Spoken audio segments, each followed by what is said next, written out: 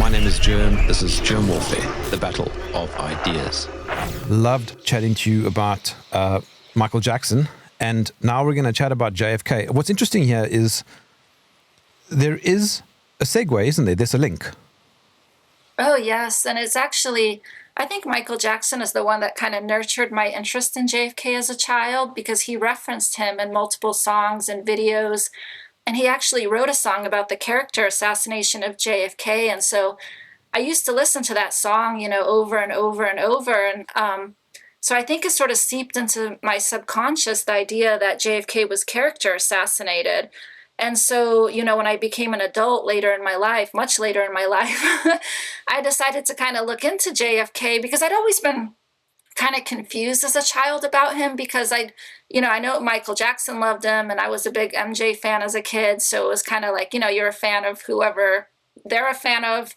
And so, I always kind of had a good intuition about him, but there were so many negative gossip stories about him in the 80s and 90s about, he was trying to kill Castro. He stole the election with the mob.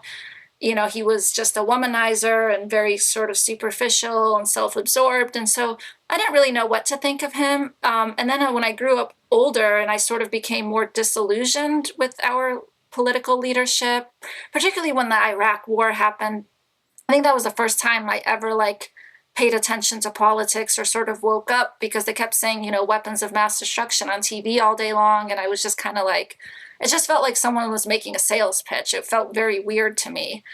And so, in 2008 was the first time I picked up a book about JFK. And I would say between 2008 and 2020, I would read a book here and there about him.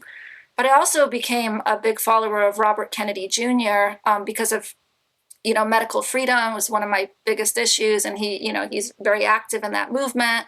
And he would always bring up his uncle and during his podcasts and stuff. So at one point I was like, oh, I really want to look into this JFK thing because all the people I admire seem to admire him. So I was like, let me look into it. And I just fell deep down the rabbit hole after that. And I had no idea really. I didn't know much about his presidency. And so I had no intention of writing a book about it, none whatsoever. I just was doing it for my own knowledge and learning. And I just kind of became so fascinated by how much changed after he was assassinated and just how much he was working on behalf of not just the American people, but really people globally. And I would, on behalf of the average person, not on behalf of, let's say, the oligarchy or whatnot. And I was just so sort of struck by how much was lost when he was assassinated. And so I really wanted to write a book about that to really explain to people, the subtitle of my book is What the World Lost When It Lost John F. Kennedy. And I felt like no one had really asked or answered that question, which seems to me like the first question you should ask and answer if there's a major assassination that occurs is, well, why does it matter? What changed? Well, I mean, the title of your one book, so there's two JFK books, if I'm correct, that you've written, and the one is called America's Last President. That's on its own a very profound statement. Yeah, because he's the last one who really worked on behalf of the American people. He said it's the president's job to protect the public interest against all the narrow private interests that operate in our society. And I feel like he was the last president that functioned with that goal in mind, to really protect the public interests against private narrow interests. And that's why I titled it America's Last President. And I think he is, because I think every president since has worked for various special interests and not really on behalf of the American people. I mean, he's certainly one of the most famous US presidents. I'm not American, and I can tell you right now that JFK is, if you had to ask me to name American presidents, I think his name would be first. Yeah, I think he had the highest approval rating of any president in U.S. history since they started doing ratings, which I think was maybe in the 1920s or 1930s. So he had an average approval rating over 70%. I think the last president to even surpass an average approval rating of 50% was Bill Clinton. So in America, he was far more popular than any of our other modern day presidents, which I think says a lot in and of itself, is, people approved of the job he was doing. To be fair, though, Donald Trump has got an approval rating of 1,500%. Donald Trump has his own math. Okay, but now what is your conclusion? Okay, so we'll dive into the book in a moment, but what's the zoomed out argument here? Yeah, so I think when you look at all his policies, so if you look at foreign policy, we can sort of start with that. It changed drastically in Vietnam, in Indonesia, in Africa, in Latin America, and I would say the most in the Middle East. Israel. But all of these, yeah, Israel, Palestine, all of these regions, the policies changed drastically. And some of them, millions and millions of people died because of the assassination. You had millions of deaths in Vietnam. You had something between 500,000 and 1 million deaths in Indonesia. It wasn't right away, but there was a later genocide in the Congo several decades later that probably would not have happened because Kennedy was working really hard to stabilize the Congo during his presidency. You have the border crisis right now, which Kennedy was really trying hard to help the Latin American countries and the South American countries sort of grow their economies and not be so dependent on a primary export. So you wouldn't have a border crisis of, people trying to come to America if they had a good life in their countries. And then, of course, when you get to the Middle East, he supported Palestinian right of return.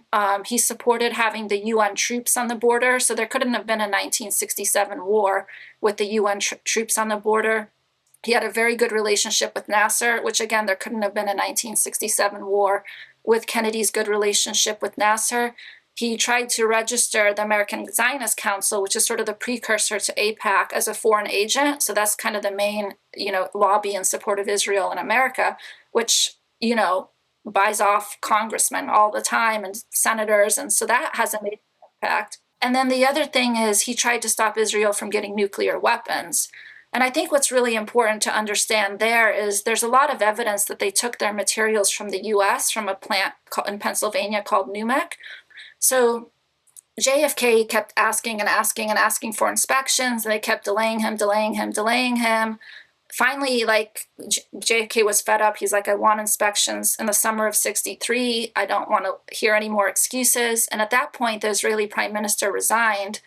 And the resignation kind of bought Israel some time, so they were able to delay JFK to the end of the year. But of course, he was assassinated before then. And so there were never proper inspections of Dimona. But I think it's a really important question to ask is, if JFK had gotten his inspections of Dimona at the end of the year, which he was promised, and it's important to understand that he was promised inspections before their reactor went critical. So LBJ did some very cursory inspections, but it was after the reactor went critical. It wasn't at all the inspections that JFK demanded. But there were memos where they were wondering, where's the uranium coming from? And so had he done those inspections, would he have figured that out? And what would that mean if he was already threatening to cut support to Israel over their refusal for inspections and over their building nuclear weapons? What would he have done if he found out, which I think he would have, that they were taking materials from the US? And obviously, I think if that had happened, Israel would not have the power it has today. They would not have the power they have today over Americans, nor would they have the power they have today over the Palestinians. So I think if you look at everything that's happened in the Middle East the last 60 years, I think it would have gone on a completely different trajectory had JFK not been assassinated, in addition to, Vietnam, Indonesia, Congo, all these other regions as well. All right, so your first book is asking who was JFK and what was he trying to do? And then your second book is asking who basically killed him and why. Yeah, so the second book, it doesn't argue any thesis. And I wrote it sort of, one, because I was learning as I was writing it, and two, because I thought that was most fair to JFK. One of my pet peeves is when people say, oh, no way was this party involved in the assassination, or no way was that person involved. And I feel like that is a great disservice to JFK. I feel like if someone genuinely cares about JFK, they should be willing to look at all potential suspects and all angles and not try to fit the assassination into a preconceived mold. And so I kind of started with, here's all the entities that benefited from the assassination, which I said were like the anti-communists, the pro-war people, the CIA, the Israeli Zionist interests, and then powerful financial interests. So all of those entities, and there's a lot of overlap between those entities because one character, can fit into all five of those interests, right? So, but those are the high-level interests that benefited from the crime. And then I just kind of went through the crime in chronological order. And I tried to stick to those things that are indisputable, because I feel like too often people go on these random he said, she said tangents without any evidence that has anything to do with the assassination. But there's certain things that are indisputable. Like, we know who ran the host committee. We know the questionable decisions that the host committee made to, that contributed to the assassination. We know a little bit or somewhat about the fight over the luncheon site, because what happened is, so a lot of the books will kind of show how Oswald was placed into the Texas School Book Depository, but they rarely get into the fact that the luncheon site wasn't even known when Oswald got his job at the TSBD. So obviously, whoever's driving the decision of the luncheon site, if you think there was a conspiracy to murder JFK, you have to believe that those people were in on the conspiracy or manipulated in some way by people who were involved in the conspiracy. Otherwise, you can't argue there was a conspiracy, right? And yet nobody looks at those aspects. And those are the more indisputable aspects, where you don't have to rely on he said, she said so much. And, things like, who was Ruby's cover guy to the Warren Commission? That's indisputable. And so I tried to stick to those things rather than the he said, she said stuff, because that can take you down endless rabbit holes that may or may not. I think even Oswald's attorney, what was his name? Mark Lane, I think. Even he said that we need to actually look at what's going on here. Yeah, no, exactly. I think we need to stick to the basic facts, because, in order to commit this kind of crime, you need to control basic things. Like, for example, they captured audio, video footage of Oswald in New Orleans in August. And then they brought that out in November. And Oswald was parading as a pro-communist. I believe he was some sort of like agent provocateur, where he was, trying to provoke people. And so he was going out into the streets as a pro-communist. And they captured audio and video footage of that. That was captured by the NBC station in New Orleans, which was run by the Stearns. And then that was brought out in November to say, no need to investigate. We've got the official story here. We've got video and audio of Oswald being a communist back in New Orleans in August, case closed. So and that's an indisputable fact. So people should ask, well, who are the Stearns, right? Like, because obviously whoever plotted this trusted the Stearns to capture this footage of a nobody and hold on to it for 3 months and, not discard it or whatnot. And so those are the sort of the basic things that I think get ignored a lot, that I tried to focus on in my book, because you have to control those things. You have to control, whoever captures the video and audio footage. You have to control the luncheon site, the motorcade route, like these sort of basic things if you want to try to pull this assassination off. Okay, so let's just quickly cover some basic ground here. What did JFK stand for? He wanted to see a world of diversity, but a unified world. So he was a huge supporter of nationalism, like third world nationalism. He thought every country should make its own decisions. He did not believe that the U.S. should dictate policy in any way, because he has an Irish background, and his life was also saved by Indigenous Islanders. So his boat was attacked during World War II, and he came very close to death, and it was 2 Indigenous Islanders who saved his life. So I think, and he also was sick a lot when he was younger, so he was wasting away a lot. At times he looked like he was anorexic. He came close to death multiple times. So I think because of these life experiences, being Irish, having his life saved by Indigenous Islanders, just having his life threatened by various illnesses, made him have a real empathy, I think, for just the common person around the globe. And so he was very supportive of the independence movements. People label him as a Cold Warrior, but to me, he was more of an anti-colonialist. And even if you listen to him speak about the Soviet Union, he's speaking about them as a colonial power. And he would say many times in the 1950s, like, we can't criticize the Soviet Union unless we also criticize European colonialism, because otherwise we look like hypocrites to the world. So he was very critical of both Soviet colonialism and European colonialism. So he was very much in support of independence movements, but at the same time, he wanted unity. So he was very supportive of like the United Nations, and the troops that they sent to the Congo, the troops that they sent to the Gaza border. He just felt like the United Nations was a tool to give smaller countries a lot more say on the world stage. And so he was not an isolationist. He was definitely not an isolationist. But he wanted countries to be independent, but working together in a sort of peaceful, cooperative way. I would say it was a sort of world vision. He was also, I suppose, an anti-imperialist by Yes, extension. very much so. Yes. Do you by any chance Definitely. know what his position was on my country, South Africa? Because when he was president, we were in the middle of apartheid. Yeah, he was very critical of South Africa. Now, he did not want to cut them off from the UN or anything like that because he felt that would just encourage them to be more militant. But he did put, I think, some embargoes on them. I can't remember the details. I know South Africa was very concerned about JFK because he actually aid to Africa as a whole increased something like 4 or 5-fold during his presidency. And he had, on average, one African head of state come visit the White House once per month. So I think he was president for 33 months, and he had something like maybe 30 African leaders, come to the White House. So that's almost one a month. He did not invite South Africa to the White House because of their apartheid policies. So he was opposed to the apartheid policies, but he wanted to sort of, I think, work more with the carrot approach than the stick approach to try to get them to replace their apartheid. He also had a non-Cold War foreign policy, didn't he?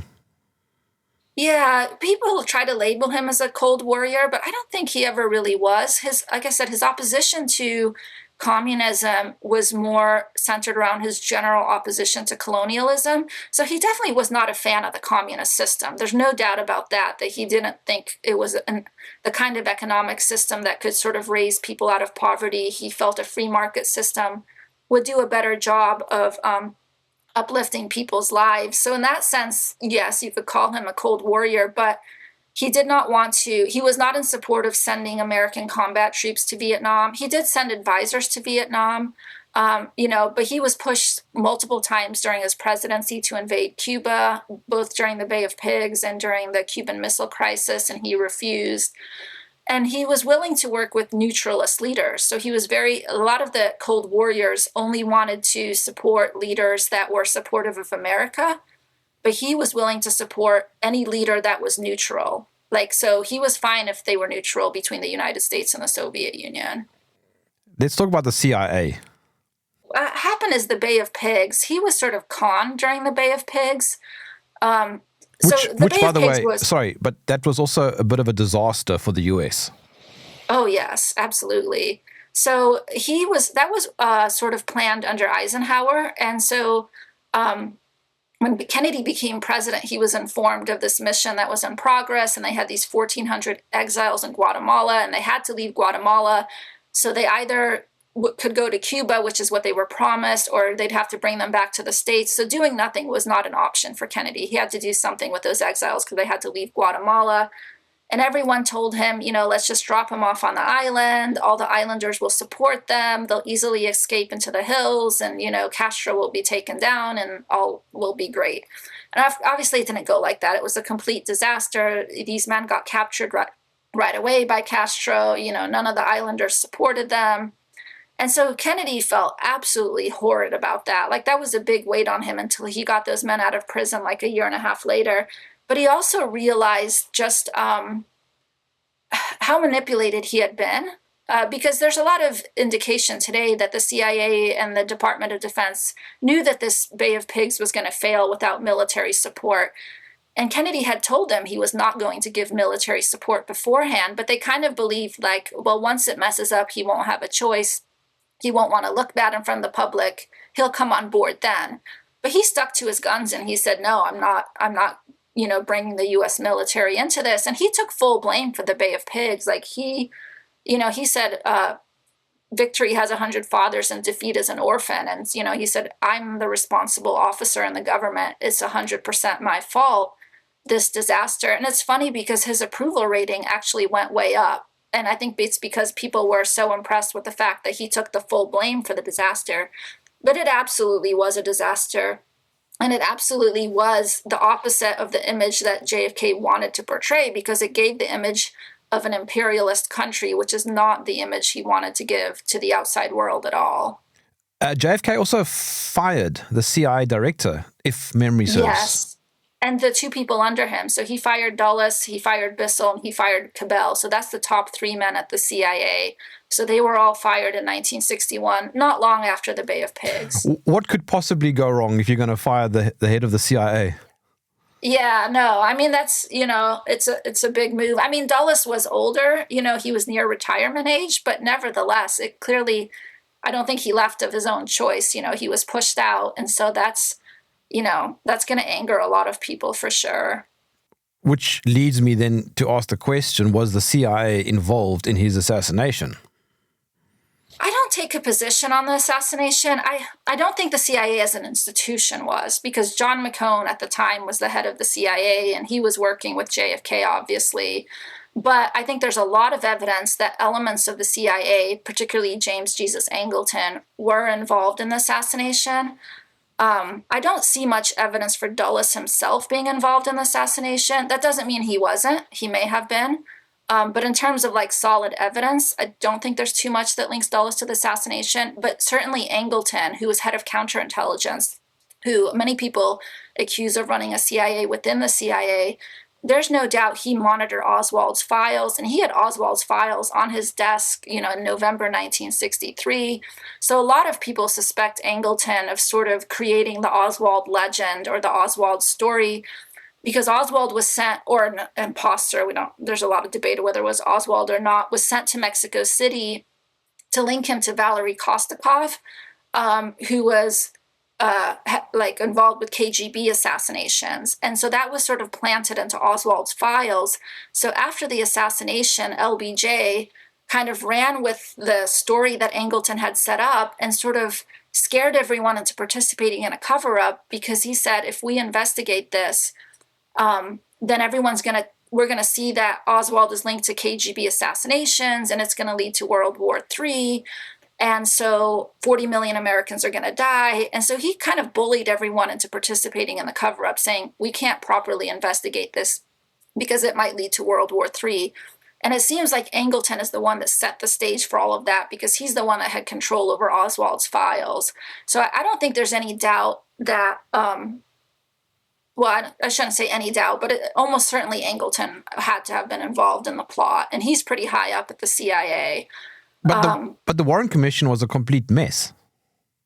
Oh, yes. They didn't investigate it properly at all. And Dulles did run the Warren Commission. So there's absolutely no doubt that he was involved in the cover-up. And that the CIA as a whole, as an institution, I would say, was involved in the cover-up, as was the FBI. So there's no doubt that there was an institutional cover-up. I think that's very much on the record. And so the Warren Commission, again, because LBJ partly because LBJ scared everyone into doing the cover-up. And I think partly, I think Dulles is even on record as saying something like he wanted to protect the CIA, because I think the use of Oswald as a patsy, and even as Ruby, who has a lot of shady connections, killing Oswald, those are characters you don't want to investigate, because you could compromise, the FBI, the CIA, and whatnot. And so these institutions, whether or not the institutions themselves were involved in the assassination, they would have a huge motive to cover up the assassination, because the patsy points back at them. Trump released those files. Do they matter at all? I think there's some useful information in them. I don't know, I don't think there's going to be a smoking gun or anything like that. And the other thing about the files is you have to look at them in context. For example, I know one of the best files that's been released is when Jim Garrison was prosecuting Clay Shaw for the murder of JFK. Ray Roca, who was an assistant to James Angleton, there's a memo where he says if we don't interfere in Garrison's investigation and Garrison's trial, Garrison is going to get a conviction. So here we have someone working for Angleton on the record saying that he believes Garrison will be able to successfully convict Clay Shaw of the murder of JFK. So to me, that's very damning. But that's not something the average person will understand, because you have to understand, well, who's Garrison, who's Shaw, who's Angleton? You know what I mean? So the files make sense if you've studied the case, but they're not going to make sense to a lay person. So there may be some useful nuggets of information like that in the files that are still classified, but I don't think there's not going to be like one line that says, this is who did it, and nothing like that, I don't think. Do you remember when Tucker Carlson, when you're still at Fox, did that segment on JFK's assassination, and then Ben Shapiro made that comment saying it doesn't matter who assassinated JFK? Yeah, no, it absolutely matters. Like, forget even the policies. Forget that so many policies change, and forget that we're still living with the reverberations of those policy changes. The fact that a US president had his head blown off in broad daylight, and not just any president, but the president with the highest approval rating in US history, that is going to matter. Because if you don't solve that crime, then you don't live in a genuine democracy, because then anybody you vote for, that vote can be vetoed by, powerful forces or powerful interests. So it absolutely does matter. But we don't know exactly who assassinated him. No, I don't think we have proof, but I think what we do know is we know the policies that changed. And we can still demand that JFK's policies be implemented. For example, like if we go back to Israel, we know he wanted inspections of Dimona, and we know he wanted the law be registered as a foreign agent. Those two things can still be easily done. Like if we really want to honor JFK, we can demand inspections of Dimona, and we can demand that AIPAC register as a foreign agent. We can't undo the assassination, but we can re-implement his policies, which is sort of so bizarre to me that people don't focus on that at all. They're so focused on the assassination and on the technicalities, when it's like the best way to honor JFK is to implement his actual policies that can still be implemented. But I mean, genuinely, if you look at the power of AIPAC and the Israeli lobby, do you really think that that's possible anytime soon? Not realistically, no. But in theory, Donald Trump can go to the Department of Justice and ask them to register AIPAC as a foreign agent. In theory, Donald Trump can go to Israel and say we're cutting off all funding and support until we can inspect Dimona. And we're doing this to honor JFK, who was, assassinated. And that's still a pending, investigation. So we don't know, we can't prove who killed him, but we can prove what policies changed. But we also know that Donald Trump doesn't like theories. Yeah, Donald Trump is not going to do that, nor is any other president. But I'm saying they could. So I feel like, if people really want to honor JFK, they should demand that his policies still be implemented, those that were reversed. And that still can be. Obviously, we can't undo Vietnam, unfortunately. We can't undo what happened in Indonesia. We can't undo what happened in the Congo. But we can, be supportive of those regions, and we can be supportive. We can act not like an imperialist nation. We can do that. If JFK, I mean, this is obviously just a thought experiment, but let's just pretend for a moment that he was able to become president after Trump. What do you think he would do? Oh, goodness. Today? That's a really good question. Well, one is he would work on behalf of the American people, because I think the American people have been screwed in the last 60 years. There's been very little support of domestic policy. JFK increased Social Security benefits. He lowered the minimum age for Social Security. And so today, Social Security is under threat. We might lose Social Security. JFK pushed hard for Medicare. He increased unemployment benefits. He did a lot to help the U.S. economy. He did various programs like regional, area redevelopment programs, manpower training programs. He did a tax cut. So he increased all these benefits, but he did a tax cut. And it's because he wasn't going crazy spending money on wars and whatnot. He was very kind of intelligent about the way he approached things. And there was actually a booming economy in the mid-1960s in the U.S. And I would say that's because of the policies that JFK implemented in the early 1960s. So he was obsessed. Oh, and there's nothing he hated more than high inflation. He called inflation a cruel tax upon the weak. So he went to extreme lengths to keep inflation low as president. And inflation during his term was much lower than it is on average in the U.S. It was something like 1% annually inflation during his term. And that's because of all the work that he put in. And so the first thing he tried to do is clean up the U.S. economy, make sure that Social Security is stable, make sure that inflation becomes in check, because he would be appalled at how much inflation we've had. He would try to weed out the corruption, like in the various, FDA, CDC, EPA, because he was very aware of conflicts of interest. Like he did, Rachel Carson put out a book like questioning pesticides during his presidency, and the USDA was all, afraid of it and viewed her as a massive public relations problem.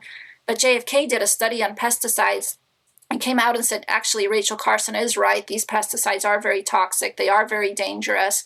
He was planning in 1964 to introduce legislation to deal with that, which we never had. So I think he would look at the health of Americans, just all of that. And then, of course, on the foreign side, he would be much friendlier to foreign countries. He would try to wind down the war between Ukraine and Russia and do what he could with that.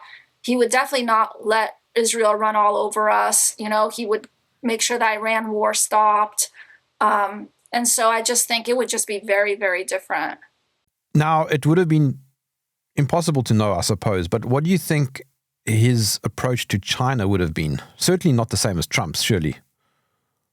It's hard to say, but he was in general for cooperation. So as long as they were keeping to themselves and not, so his main issue with the Soviet system was he felt they were trying to sort of, expand and get involved in Cuba, which is on the other side of the world.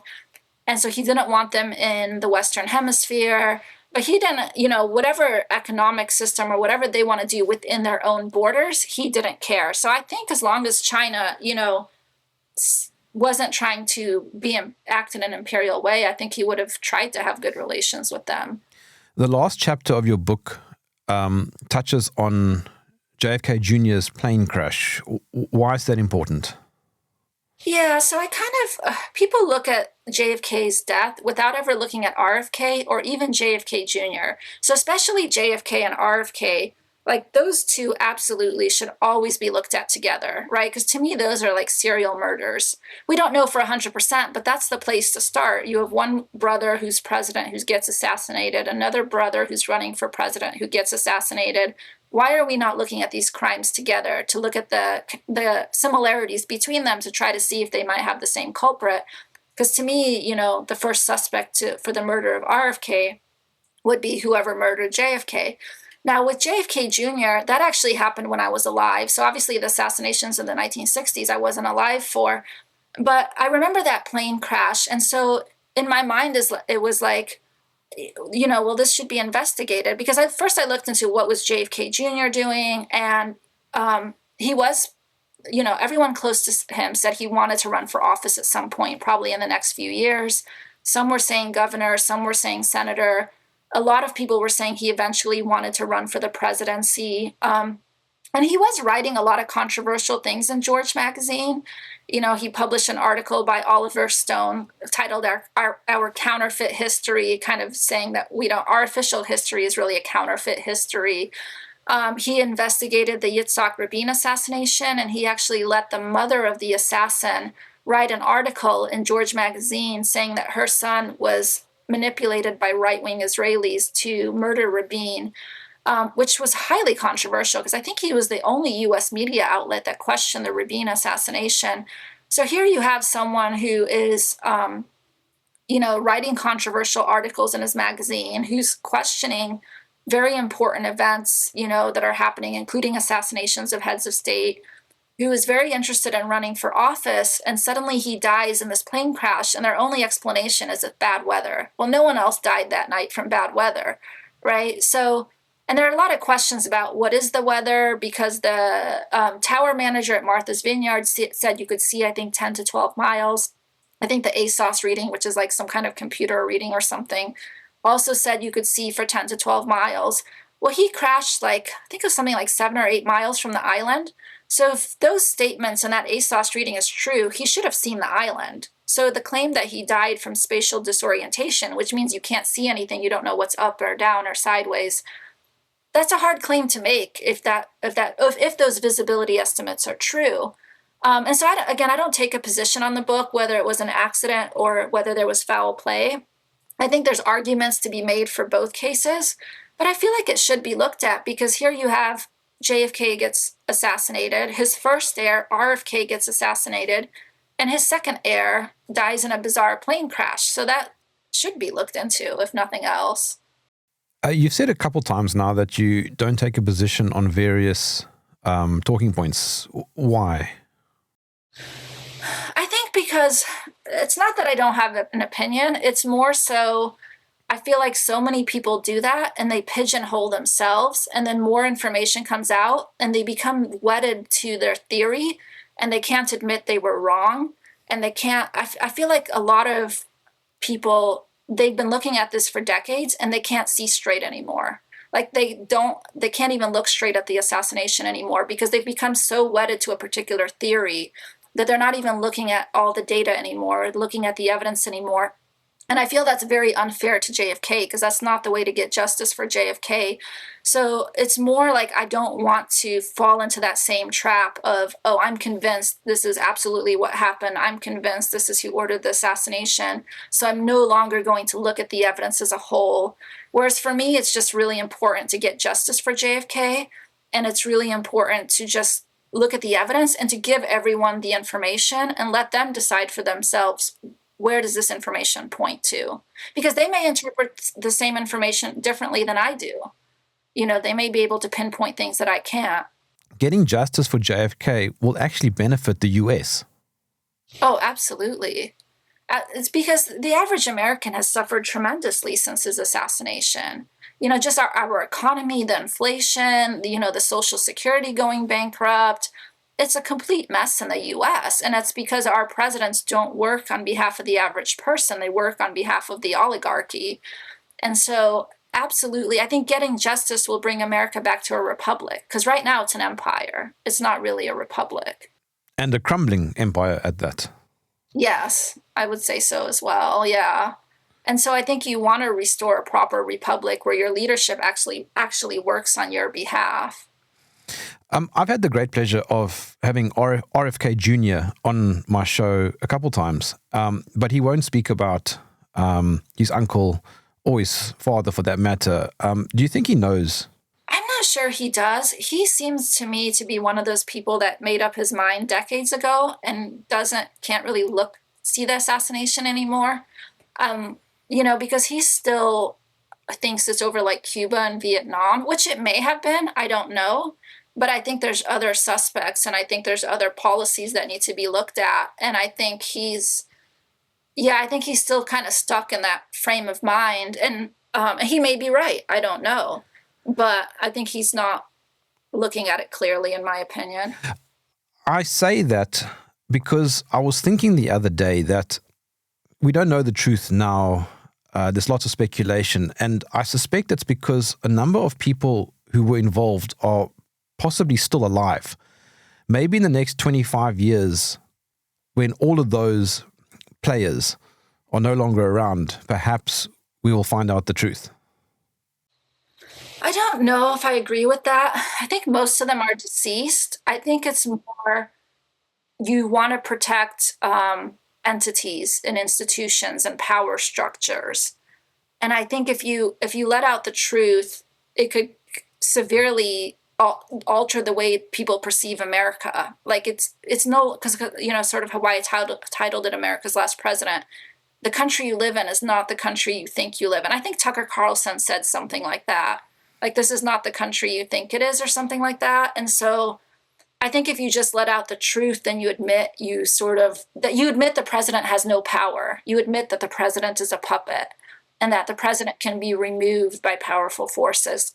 And so I think, I don't know, maybe one day we'll be, as you said, if the empire crumbles enough, that truth will come out. I hope that it does come out at some point.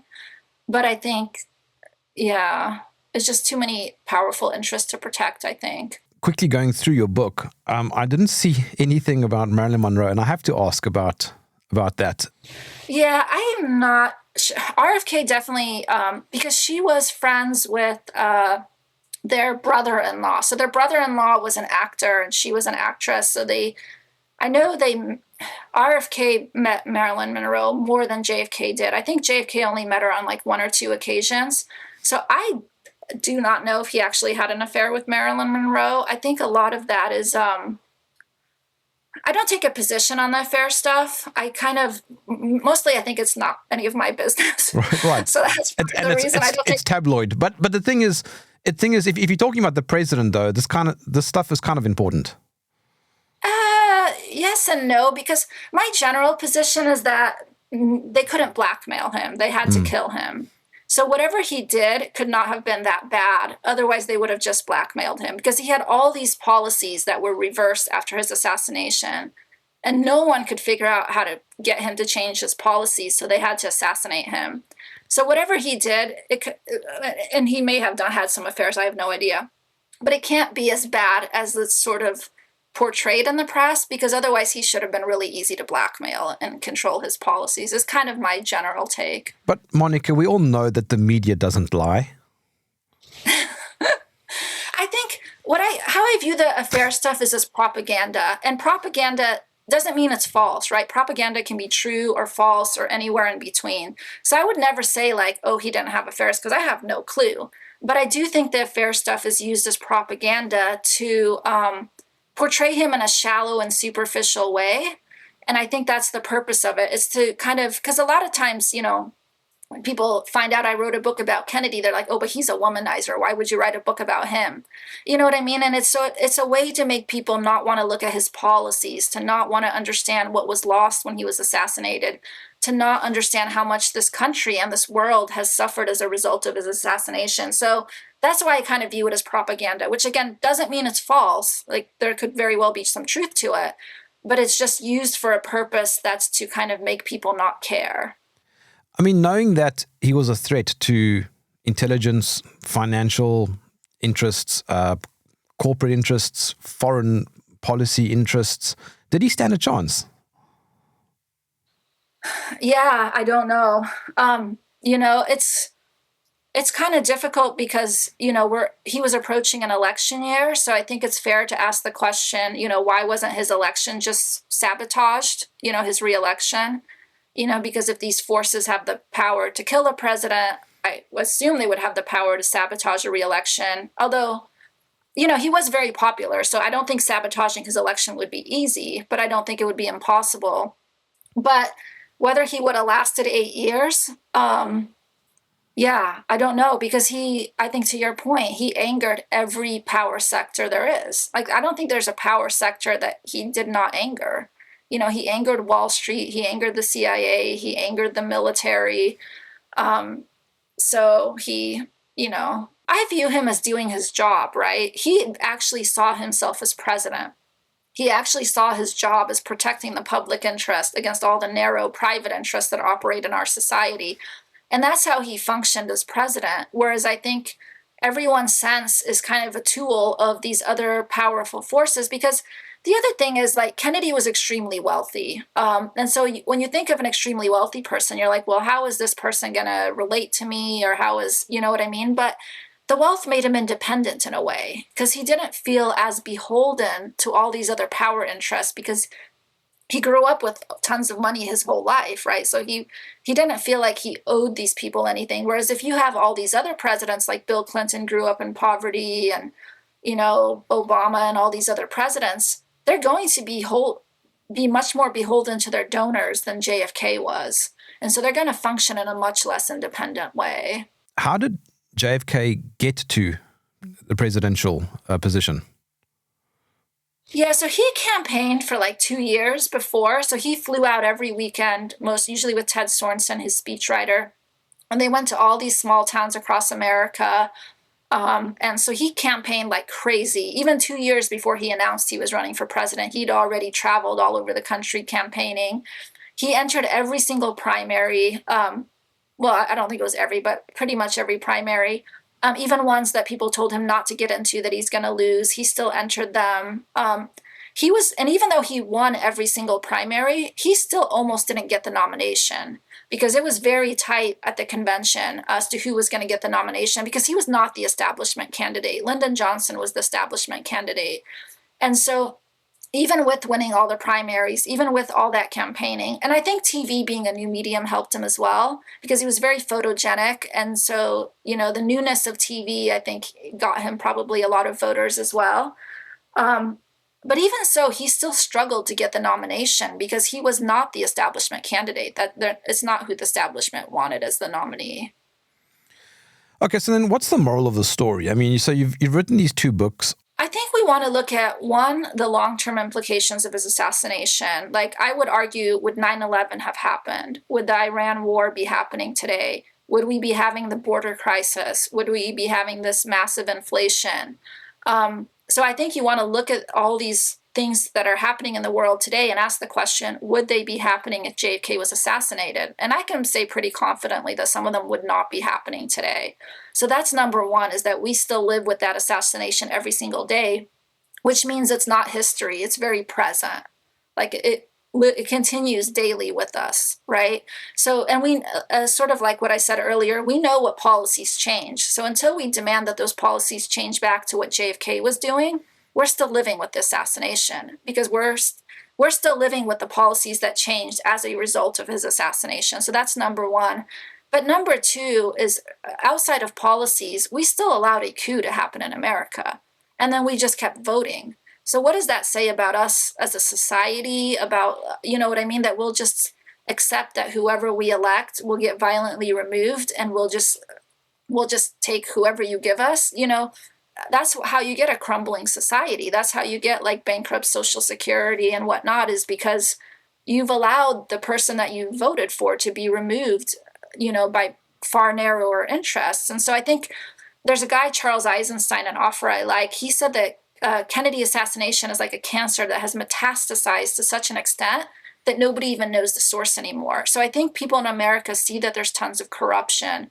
They don't trust the government. So trust in government was about 80% when Kennedy was president. It's about 20% today. So you have only 20% of the American public trusting the government.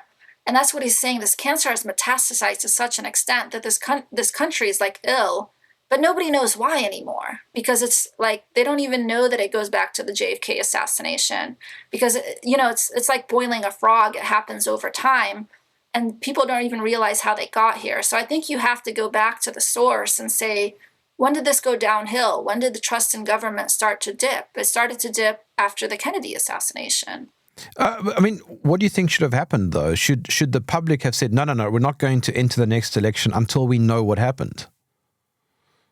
I don't know. Like, in an ideal world, yes. But in a practical world, I absolutely understand why people kept voting. I mean, I kept voting. I wasn't alive then, but I voted in my lifetime, So I totally, understand that. So I'm not sort of criticizing people, but I feel like there needs to be, I don't know, there needs to be some way to demand justice. And maybe a voting boycott is the way to do it, to say, we're not voting until we feel confident that the story you've told us about the Kennedy assassination is accurate. I would have loved for people to do that in 1964. It was harder then because there was no video. So we didn't see the Zapruder film of the assassination where it looks obvious like he's shot from the front. That didn't come out till the 1970s. And so I think in 1964, it was a lot easier for the public to buy the official story. By the 1970s, something like less than 10% of Americans bought the official story. And that's when all the mafia and affair and all that stories started coming out in the 1970s. And I think it was because there was a realization that, hey, the public's not buying this Kennedy story. Nobody believes it. Let's just trash the crap out of Kennedy so that people don't care anymore. And that's basically what happened. Because you can't cover up the crime. It's too hard. Maybe for a few years you can cover it up, but you can't cover it up long term. So the only other thing you can do is make people not care about it. And I feel like that's where all the negative Kennedy stories came from. As a matter of interest, that's also where the phrase conspiracy theorist came from. Yes. It came from the CIA. Yes. Correct. Yeah. So the CIA distributed a memo to its assets to basically label everyone a conspiracy theorist who questions the Kennedy assassination. So it's not just demeaning Kennedy. It's also they wanted to demean people who questioned his assassination. So it's like, in that sense, people don't want to question it because they don't want to be labeled a conspiracy theorist or a nut job or whatnot. So they kind of used all these various psychological tricks to make the assassination irrelevant by either demeaning the people questioning it or demeaning JFK himself. Is kind of the same idea, I think. What have you learned from writing your books? Oh gosh, I think I've learned that like I've lived in a bubble most of my life. Like I was like, certainly as a kid, as a teenager, even in my 20s, I had no idea what was going on. I was just kind of like, I had, I trusted government. I kind of thought like, government is trying to help the citizens and we're trying to make peace abroad and we're trying to go after the bad guys. I'm like, that's not the case at all, right? So I think I learned from Kennedy's book, how corrupt things are today and how much better they could be. Like I learned what a good leader looks like and what a proper president should be doing. He should be very concerned about the economy. He should be very concerned about the welfare of his people. He should be very concerned about stability and peace in the world.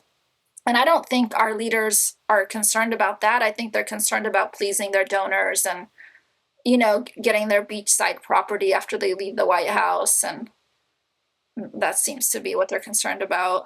In our previous conversation, which was about Michael Jackson and your book about Michael Jackson, he himself questioned the assassination, and that's the link.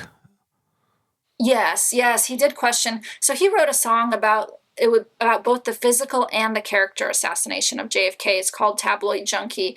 And I think was absolutely brilliant for merging those two things together because it was a sort of dual assassination or a sort of dual erasure of JFK. And I'm really grateful to him for sort of planting that seed in my mind and getting me to understand that, yes, there was the physical assassination, but, MJ's words were they resurrected him. And I think that's what was happening in the 1970s. They resurrected him as this sort of mob dealing playboy. And that was, again, it was a way to cover up the assassination, I think. And I think he understood that brilliantly. And I think he captured that brilliantly in that song. You already mentioned the grassy knoll. Yes, no, exactly. And he's sort of saying like, they mutilated his image. And then he's saying, truth be told, the grassy knoll. And so I think it took a lot of guts to say that. And I think, the truth does lie there, both like kind of literally and like metaphorically or whatever. And yet also, ironically, the same thing happened to Michael. Yes, like I don't know if there was foul play in his death or not, but certainly his death was very strange. And certainly if he wasn't directly killed, I think he was indirectly killed in the sense that he was bullied to death, that he was just so desperate to sleep. And he suffered so much trauma in his life. And a lot of it was due to slander from the press. I think Kennedy's been slandered in a lot of ways after his death, but he wasn't so much in his life. Whereas Michael Jackson was slandered while he was alive. And so that slander, he said, like, with your pen, you torture men. So I think he kind of felt like he was being tortured by the press and, by the establishment. And I think that did ultimately lead to his death. Why was RFK targeted? I think because he would have reopened the investigation into the JFK assassination, because he was very interested in his brother's assassination. And I think he would have done an actual investigation, not a cover-up, not a sweeping under the rug. And so I think you could not allow RFK to be president because that's the only way he could enforce all the government agencies to participate in a proper investigation. That seems to me to be the motive for killing him. I can't say definitively, but... I mean, who else is able to reopen an investigation? Only the US president? I think so. I mean, yes. I mean, certainly citizens can investigate it, and citizens have been investigating it for years.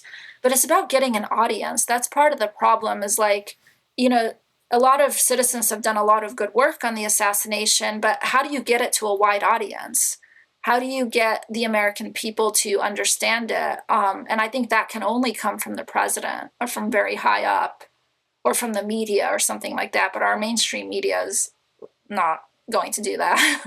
So. What was that statement? Was it Nicholas Katzenbach or something? He said a day after a day after the assassination that it was Oswald. Yes. And well, he didn't say it was Oswald. He said we have to convince the public that it was Oswald. Right. So I think that's really important to understand. I don't think he cared if it was Oswald or not. He cared that this thing gets swept under the rug. And that was sort of everyone's attitude, is we have to cover up this crime, which is really, really sad. And I get LBJ's World War III scare, but it's just like, if you cover up that kind of crime, you're not a healthy society. But LBJ also didn't really have a good relationship with JFK. No, because so LBJ kind of got pushed on JFK, and I wonder if that was intentional as a sort of insurance policy. If JFK becomes too problematic, we'll just install LBJ. So LBJ was Senate Majority Leader at the time. And so Philip Graham and Joseph Alsop encouraged JFK to try to smooth things over with LBJ and offer him the VP spot. Because JFK was really concerned that if he has a bitter LBJ as Senate Majority Leader, he's going to block all of JFK's legislation. Like, he would have probably never gotten the nuclear test ban treaty ratified. And so he knew he had to deal with the LBJ issue. So he went downstairs and tried to just smooth things over. And according to Arthur Schlesinger, he didn't actually offer him the VP spot. He sort of like held it out just to try to smooth things over. And LBJ grabbed at it. He took it. And then JFK went to talk to Bobby, and he said, "You'll never believe it. He wants it. What the hell do we do now?" So then Bobby went downstairs to talk to LBJ to try to talk him out of it. And LBJ never, ever forgave Bobby for that, for trying to talk him out of the VP spot. But Bobby was not successful, so LBJ ended up being VP. And JFK was relieved not to have him as Senate Majority Leader, but he didn't really want him as VP either.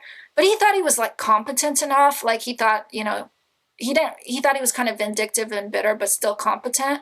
But then later, Jackie Kennedy said in her oral history that by 1963, JFK thought LBJ was totally incompetent. He would say, "My God, can you imagine what will happen to this country if LBJ ever becomes president?" So by the end of his life, he thought LBJ was absolutely horrible, or incompetent, I should say. So yeah, they did not have a great relationship at all. And I think it was the worst mistake JFK ever made. And I think it cost him his life, because I think if he had someone more like him as VP, there would have been no benefit to assassinating him, because then that person would have A, continued the same policies, and B, would have demanded an investigation. So you couldn't get away with assassinating him. So I think it was absolutely the worst choice of his life that he ever made, and I think it cost him his life. I think it's really important to look at the immediate short-term changes and also the long-term changes. Because that's what we know. We don't have 100% proof about the assassination, but we do have 100% proof on his policies. So those are the things we can focus on. Those are the things that we can honor JFK by honoring his policies. And I feel and that's a start, that's a start. All right, Monika, where can I get your books? How can I follow your work? My books are available on Amazon, Thrift Books, Barnes & Noble, all the usual places. And then I'm online on X, just my name, and also on Substack, just my name. Yes. I remember that one this time. All right. I almost I almost called you Monika Lewinsky. Oh, no. I want that label. Monika Weisak, thank you for joining me in the trenches. Thank you for having me back on.